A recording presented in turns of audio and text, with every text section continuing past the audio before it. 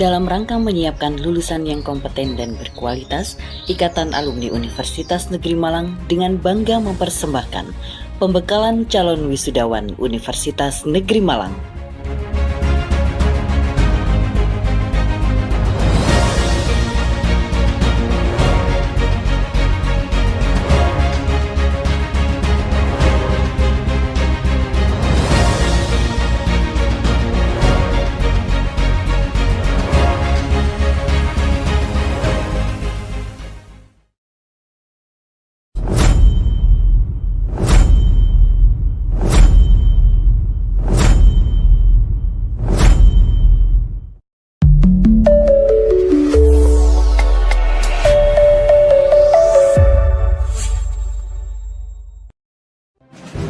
Bapak dan Ibu yang kami hormati, webinar pada hari ini akan segera dimulai.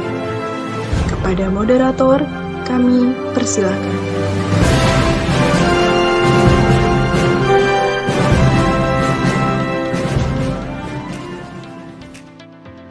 Assalamualaikum warahmatullahi wabarakatuh. Selamat pagi dan salam sejahtera bagi kita semuanya. Bismillahirrahmanirrahim. Yang terhormat, Wakil Rektor 1 Universitas Negeri Malang, Bapak Profesor Dr. Ibrahim Bafadal MPD. Yang kami hormati, Ketua Umum Ikatan Alumni Universitas Negeri Malang, Profesor Dr. Suparno. Yang kami hormati, Ketua 1 Ikatan Alumni Universitas Negeri Malang, Bapak Profesor Dr. Muhammad Ainin MPD.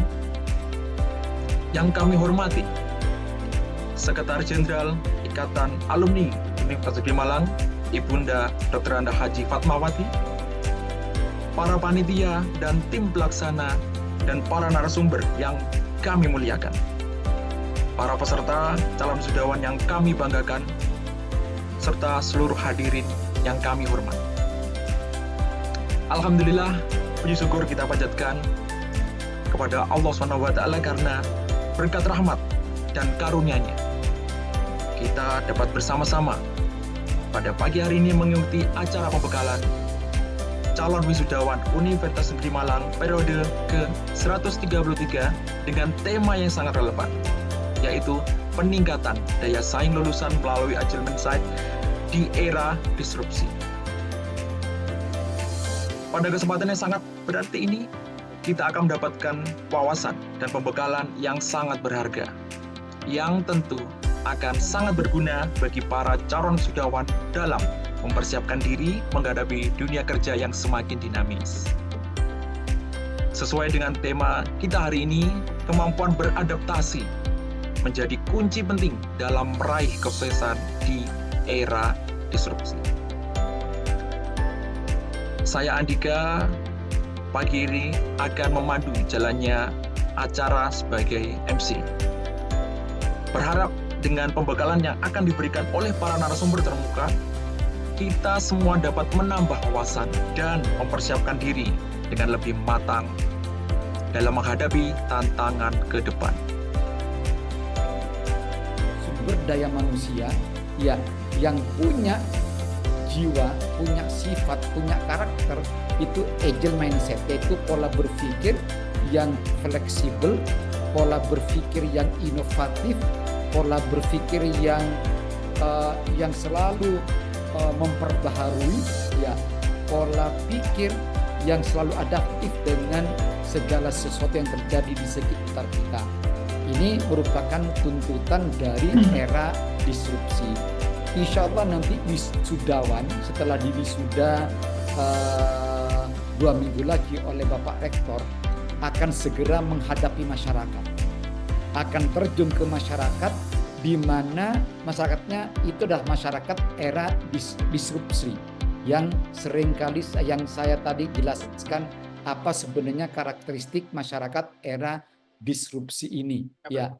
Nah, untuk menghadapi era itulah maka tantangan terbesar adalah kemampuan kita, kemampuan para wisudawan, kemampuan untuk selalu melakukan perubahan-perubahan atas dirinya, selalu menumbuh kembangkan dirinya, selalu menunjukkan fleksibilitas menghadapi masyarakat yang era seperti ini dan juga penuh dengan adaptif.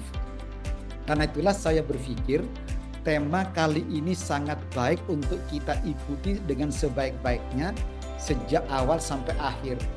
Saya sangat tertarik dengan tema ini, peningkatan daya saing lulusan melalui agile mindset di era disrupsi ini. Apalagi kita punya narasumber yang luar biasa ini. Ya, Pak Ishak ini alumni UM, ya Fakultas Sastra, tapi beliau adalah bisnismen.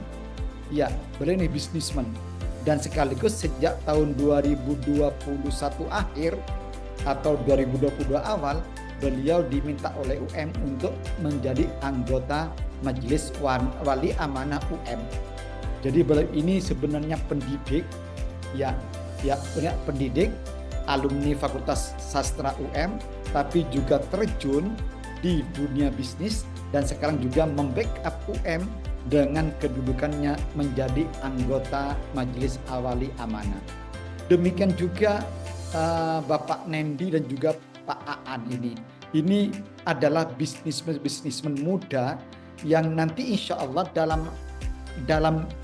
beliau ini memberikan materi akan banyak inspirasi-inspirasi yang bisa ditangkap oleh para calon wisudawan yang mengikuti kegiatan pembekalan pada kali ini. Karena itulah tidak ada kata lain dari saya, harapan saya adalah hendaknya para peserta pembekalan itu mengikuti acara ini dengan cermat, dengan sebaik-baiknya, tangkap apa yang menjadi inspirasi dari para narasumber, dan andai kata ada yang perlu dipersoalkan, dipertanyakan, didiskusikan, ini mumpung ada narasumber-narasumber kita yang berkenan untuk hadir dalam acara pembekalan kali ini. Inilah yang dapat kami sampaikan, harapan-harapan saya selaku Wakil Rektor 1.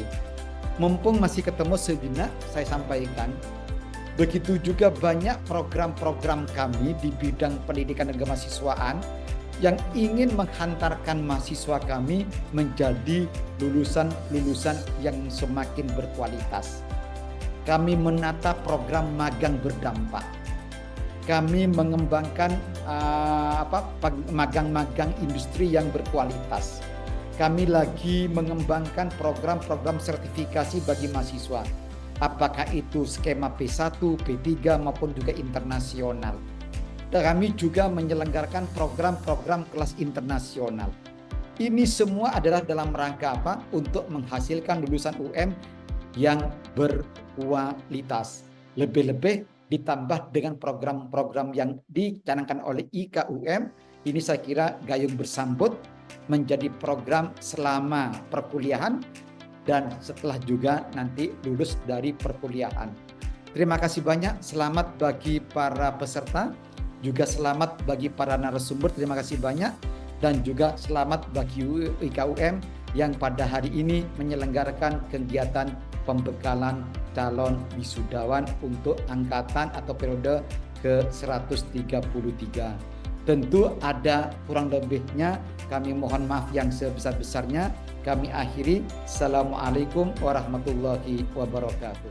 Serta webinar yang saya hormati, pengurus pusat IKUM atau IKUM sebagai organisasi legal formal alumni UM secara sosio-psikomoral mempunyai tanggung jawab untuk memfasilitasi dan memberdayakan lulusan UM agar dapat mengeksplor pikirannya, mengembangkan skillnya baik pada ranah hard skill maupun soft skill sebagai modal untuk mengembangkan karir dan memasuki dunia kerja.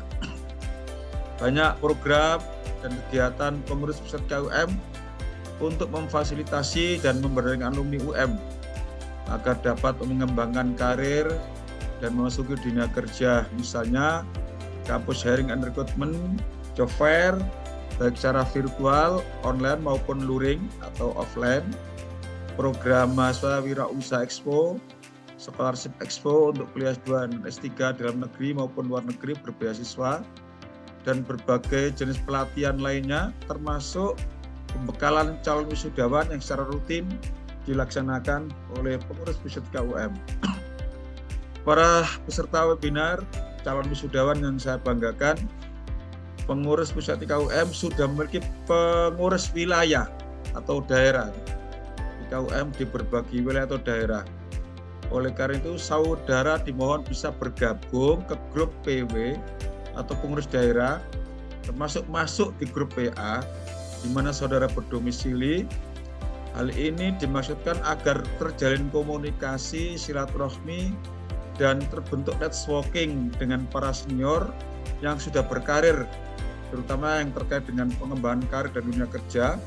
Di sana, di grup-grup itu banyak diinformasikan lowongan-lowongan pekerjaan, baik guru maupun non-guru. Dan saya atas nama pengurus pusat KUM menyampaikan terima kasih kepada berbagai pihak, khususnya bidang 1 UM, bidang akademik, kemahasiswaan, dan alumni UM. Juga terima kasih kepada Simisol yang telah menjalin kerjasama dengan pengurus pusat KUM. Terima kasih juga saya sampaikan kepada para narasumber, para pemateri yang andal, yaitu Bapak Ishak Muin, SPD MM, SHRCM, SHRM, CP, CM. Beliau ini alumni Fakultas Sastra UM, alumni Bahasa Arab, ya, pendidikan Bahasa Arab, yaitu. Tetapi dia kerjanya di dunia bisnis, yaitu sebagai Vice President Operation and Support Services Corporate Security Pacific Place Jakarta, dan termasuk anggota MBA UM.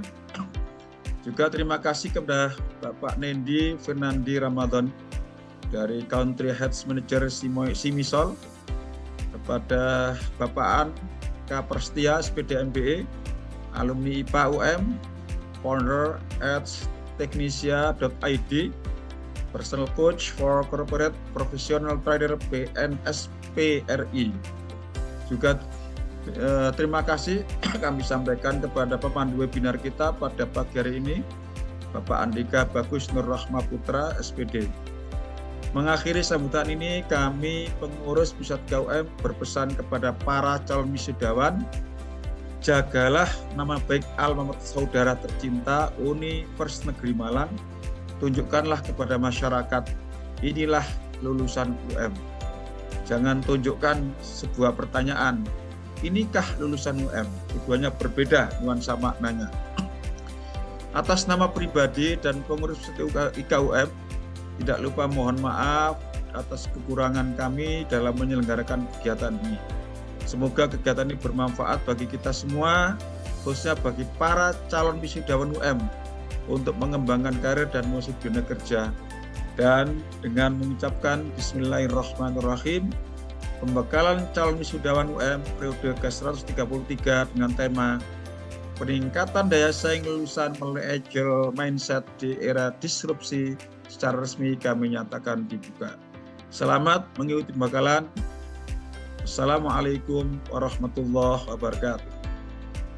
Nah, apa yang kita harus punyai sebagai calon wisudawan, gitu ya?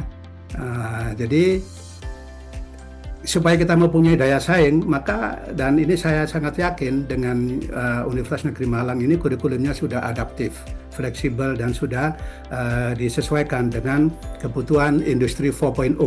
Ya, jadi industri 4.0 mungkin teman-teman sudah tahu di mana industri ini dicirikan dengan interkoneksi, integritas, integrasi, kecepatan, gitu ya. Kemudian ada konektivitas, data analitik, ya, otomatisasi, smart factory, gitu ya, banyak sekali. Nah, ini industri 4.0 ini merupakan satu lompatan, ya, yang dimulai sejak awal abad 21, ya. Nah, ditambah sekarang industri 5.0. Nah, industri 5.0 ini dulunya diawali oleh negara Jepang, ya, yang memikirkan bahwa industri itu tidak cukup dengan teknologi, manufacturing, mesin tidak cukup. Maka harus kembali lagi bahwa peran manusia sangat penting. Oleh karena itu perlu ada satu kolaborasi antara manusia dengan mesin, ya. Human centric cirinya, ya. Kemudian di Industri 5.0 ini isu sustainability itu juga sangat penting, isu etika dan mulai penting lagi adalah efisiensi produktivitas gitu ya. Kemudian pengalaman tentunya bisa dilakukan, bisa didapat dari kerja atau magang atau menjalankan proyek-proyek penugasan khusus atau ikut kompetisi atau sertifikasi. Nah sekarang ini hampir semua universitas untuk lulusan-lulusannya itu mempersiapkan sertifikasi pendamping ijazah gitu ya, seperti sertifikasi kewirausahaan dan lain-lain. Nah, mungkin kita bisa lihat gitu ya, di sulitnya cari kerja di Indonesia gitu ya. Jadi pencari kerja terdaftar tuh ya sudah sampai hampir 2 juta gitu ya. Ini data dari 2023, 2024 menurun gitu ya. Tapi banyak juga sebenarnya pencari kerjanya memang naik gitu ya, lulusan yang terjadi. Tapi tetap saja isu ini adalah menjadi suatu isu yang memang dihadapkan oleh bangsa ini gitu ya. Tidak menutup kemungkinan. Jadi bukan masalah hanya di negeri Malang, tapi keseluruhan secara nasional adik-adik semua menjadi sebuah isu yang memang sama-sama kita coba cari caranya gitu ya, dan kita tidak lelah-lelahnya membekali gitu ya lulusan-lulusan untuk bisa link and match gitu ya nanti, apalagi dengan adanya ledakan jumlah penduduk yang mengakibatkan ya kompetitif yang makin tinggi juga. Nah, era disrupsinya ada apa? Banyak sekali teman-teman. Jadi nggak hanya kita juga bersaing dengan sesama manusia ya, robot pun kita akan berkompetisi nih teman-teman semua ya. Di manufacturing ada robot ya, di digital gitu ya, computer science ada AI gitu ya, di analytics juga ada AI, di statistik sudah ada AI juga gitu ya, di beberapa bahkan sampai hospitality, sampai juga food and beverage gitu ya, sudah ada beberapa automatons gitu ya, sudah tidak butuh admin, sudah tidak perlu cash admin contohnya atau kasir, itu sudah terbukti semua dan akan berlanjut lebih ke depannya gitu ya teman-teman semua ya. Jadi era disrupsi ini yang kita hadapi saat ini adalah adanya inovasi teknologi perubahan sosial ya, anak-anak Gen Z saat ini yang mungkin lebih relate dengan bagan-bagan yang berbentuk digital gitu ya. Walaupun yang digitalnya itu mungkin tidak serta-merta yang skill based gitu ya, mungkin yang masih berhubungan dengan bentuk sosial. Nah ini harus kita geser pekerjaan lama yang hilang dan muncul pekerjaan baru yang sebelumnya memang kita di kuliahan itu tidak diterapkan gitu ya. Jadi kita waktu kuliah itu saat kita lulus nanti itu sudah tidak berbahas AI gitu ya teman-teman semua ya. Jadi kita bahas apa dulu di computer science atau pas di pembelajaran pendidikan, ternyata pendidikan sudah sekarang contohnya ya di pendidikan pakai LMS contohnya, sudah ada LMS ya, Learning Management System, kontennya sudah live session gitu ya, one on one by digital face to face gitu kan, sudah kuisnya automaton gitu ya. Bahkan yang terbaru mungkin belakangan ini untuk di pendidikan bahasa Inggris ya teman-teman semua, speaking comprehension itu sudah bisa dinilai langsung oleh AI. Jadi AI ini bisa menilai gitu ya, misalkan ada 1000 input unik gitu ya, input speaking comprehension gitu ya. Jadi orang manusia gitu kita berbicara, kan biasanya harus manual ya teman-teman semua yang menilai ya. Ini sudah ada AI-nya sekarang teman-teman untuk menilai, setidaknya on some sort of level itu sudah bisa menilai kompetensi dari speaking kita dalam bahasa tertentu. Saat ini mungkin yang paling terdepan adalah bahasa Inggris. Nah, jadi makin tergerus ya teman-teman semua ya. Jadi di sini mungkin saya bukan menakut-nakuti ya, tapi memang keadaannya demikian. Artinya saya mengajak teman-teman semua untuk berpikir lebih kritis gitu ya. Bahwa dunia ini tidak hanya diam saja gitu. Kita bergerak pun dunia ikut bergerak gitu ya. Jadi saya tidak lelah-lelahnya gitu untuk mengingatkan kalau kita agile mindset itu even kalau kita mulai sekarang pun sudah termasuk terlambat. Harusnya sebelum ini sudah ditanamkan mindset untuk agile mindset itu sendiri. Gitu. Nah, dampaknya apa? Banyak pekerjaan berpotensi hilang dalam 10 tahun ke depan ya. Skill yang dulunya relevan gitu ya, apalagi anak computer science nih paling cepet gitu ya bergeraknya ya. Kemarin baru belajar Python, sekarang udah ada Odoo, udah ada apa gitu ya, udah berubah cepet banget gitu teman-teman semua. Jadi sambil kita belajar harusnya kita sambil lihat dunia luar gitu ya. Sambil kita lihat dunia luar itu sebenarnya apa yang terjadi dan kita ikuti trennya gitu ya. Mungkin kita tidak terjun langsung sambil kita belajar fundamentalnya agar kita bisa belajar, karena di hulu ini untuk pendidikan tinggi ini adalah untuk bagaimana kita belajar, caranya belajar gitu ya. Jadi bukan berarti sia-sia teman-teman semua. Ya, di perguruan tinggi adalah belajar cara kita belajar untuk melajari sesuatu yang baru dan kita bisa menemukan atau munculkan ide baru gitu ya melalui perguruan tinggi. Jadi nggak usah khawatir teman-teman, tapi tetap harus ditanamkan di mindset kita kalau kita tetap harus agile dan solutif gitu ya, kritis dengan apa keadaan saat ini. Wish, loncat nih. Siap ya? Oke ya, siap ya. Oke. Baik teman-teman, karena sudah siap, kita perlu tahu medannya dulu nih teman-teman ya. Biasanya kalau udah siap, otak kita tuh langsung memproses. Kalau jawabannya nggak siap, udah stop itu. Nggak ngapain otaknya teman-teman ya. Oke, kalau udah siap, biasanya cari cara tuh. Udah siap, kita lanjut. Set. Teman-teman, ini tantangannya, challenge-nya. Jadi kita masuk bonus demografi gitu ya. Tantangannya luar biasa. Oke. Jadi teman-teman, jumlah usia produktif makin banyak. Artinya, setiap lulusan teman-teman saingannya juga makin banyak gitu. Oke. Yang kedua, tantangan pengangguran. Oke, tantangan pengangguran. Udah saingannya makin banyak, tantangan pengangguran gitu ya. Apa sih penyebab pengangguran yang tercipta? Minimal ada 2 yang terbesar, teman. Yang pertama, lowongan pekerjaan itu relatif terbatas. Lalu sebenarnya banyak teman-teman ya. Tapi yang kedua adalah banyak sekali lulusan itu tidak qualified gitu. Ya, tidak dikualifikasi dengan kebutuhan perusahaan gitu. Sehingga apa? Sehingga nggak match gitu. Nah, ini adalah tantangannya teman-teman. Maka teman-teman ini ya, bonus demografi ini hanya berlaku sekali dalam biasanya dalam usia sebuah negara teman-teman. Jadi ini adalah kesempatan sekaligus ini tantangan luar biasa kalau kita nggak siap-siap nih. Bonus demografi ya. Ini berikutnya juga survei dari ini teman-teman ya, net ya. Orang-orang kemudian yang tidak dalam pekerjaan, pendidikan maupun pelatihan itu jumlahnya hampir 10 juta gitu. Ini juga luar biasa data ini teman-teman ya. Lalu kemudian ternyata saingannya bukannya manusia teman-teman. Tadi di video sudah digambarin gitu. Jadi di 2020 waktu itu 67% tuh human itu masih punya peran segitu banyak teman-teman. Namun di tahun 2025 ternyata menurun sampai 53 teman-teman. Dan per mesin itu meningkat. Ini juga jadi satu challenge teman-teman. Buktinya apa? Ini sederhananya teman-teman. Dulu security itu banyak. Sekarang digantikan oleh apa? Oleh CCTV. Oke, dan banyak sekali. Ini contoh sederhananya aja, buat contoh. Ternyata pekerjaan yang hilang itu banyak sekali gitu ya. Bukan hanya 1 atau 2. Tapi banyak juga pekerjaan-pekerjaan baru yang muncul. Terutama kaitannya sama apa? Internet of Things gitu ya, digital, data science gitu ya, dan sebagainya. Bahkan tadi di-mention sama Pak Ishak, sudah ada nih direktur data gitu ya. Sampai begitu pentingnya gitu. Itu dibutuhkan oleh perusahaan gitu. Sekarang data is the new currency gitu. Jadi orang-orang yang memahami data itu lebih banyak dicari hari ini teman-teman. Oke, kita lanjut. Nah kemudian ini orang yang datang ke Indonesia teman-teman, sempat viral tuh. Dia bilang nih, Anda tidak akan kehilangan pekerjaan dengan AI, namun Anda akan kehilangan pekerjaan dengan orang yang menggunakan AI. Ini kata kuncinya teman-teman. Jadi artinya beliau ini pengen memberikan energi gitu. Sebenarnya kita nggak perlu khawatir loh dengan perkembangan teknologi kalau kita punya agile mindset gitu. Nggak menolak, kita acceptance, habis itu belajar, cari mentor gitu ya. Habis itu kita apa? Explore. Oke, makanya pentingnya critical thinking, innovative thinking gitu. Ini salah satunya gitu. Sehingga apa? Kita nggak perlu khawatir. Bahkan ini jadi salah satu penunjang productivity-nya kita gitu. Kalau dulu kita mau tanya-tanya paling sumbernya Google, sekarang banyak sekali gitu. Dan lebih canggih dan semakin canggih gitu. Nah, pola pikirnya seperti itu.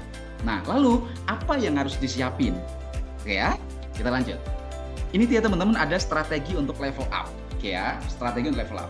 Yang pertama, installing your DNA. DNA apa sih yang diinstal ini? Teman-teman ini installing yang pertama. DNA adalah DNA SDM champion gitu. Ya, saya sebutnya sebagai mindset gitu. Risetnya adalah tadi sudah dibedah sama Pak Ishak gitu ya. Mindset ini apa sih? Kenapa mindset ini begitu penting?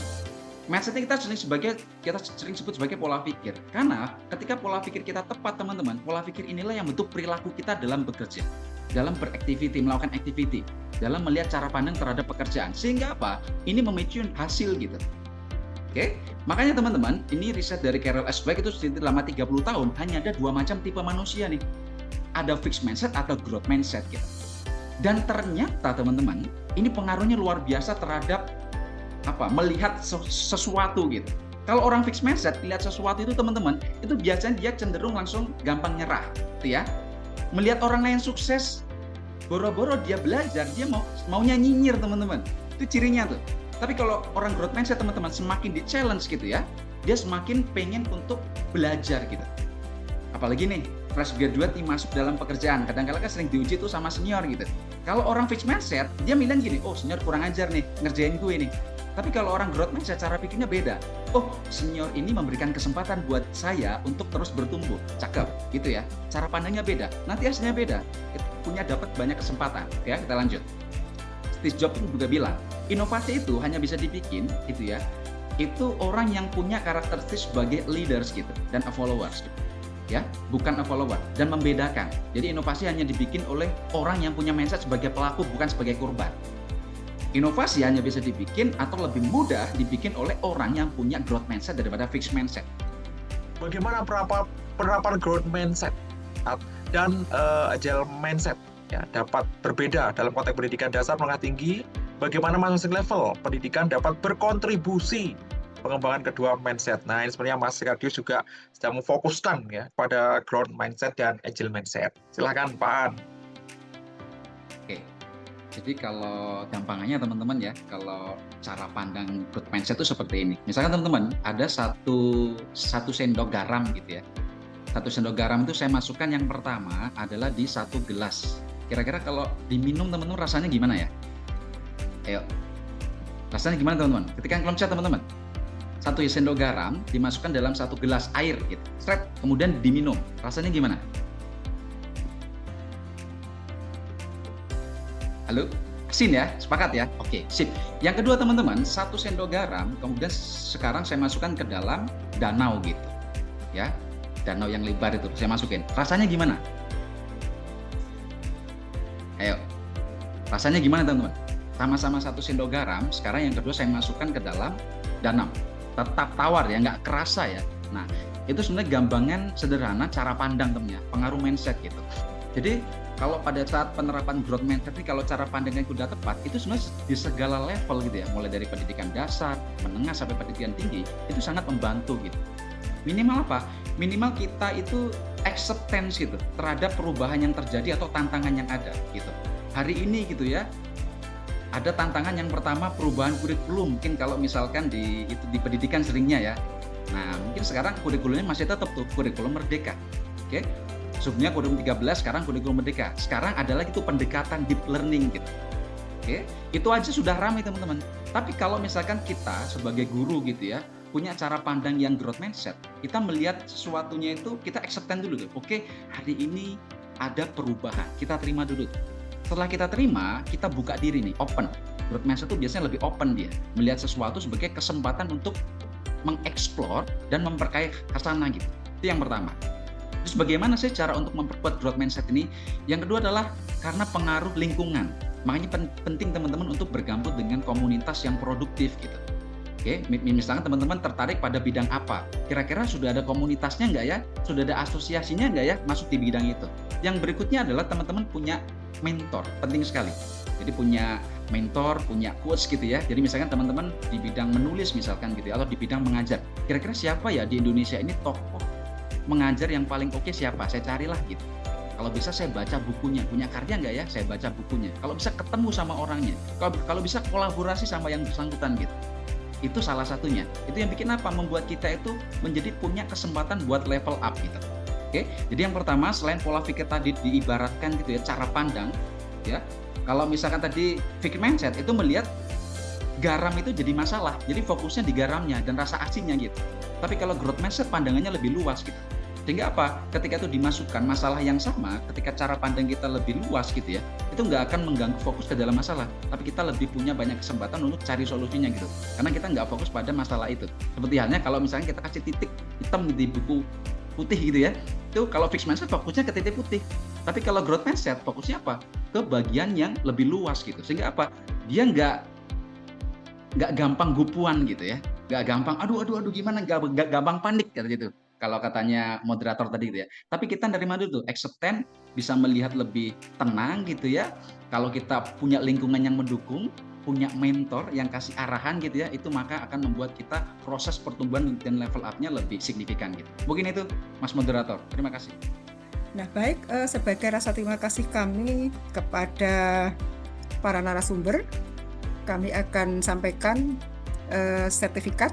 Yang pertama kepada Pak Iska SPD MM, wah ini gelarnya banyak banget nih, SRM CPCM sebagai narasumber pada hari ini.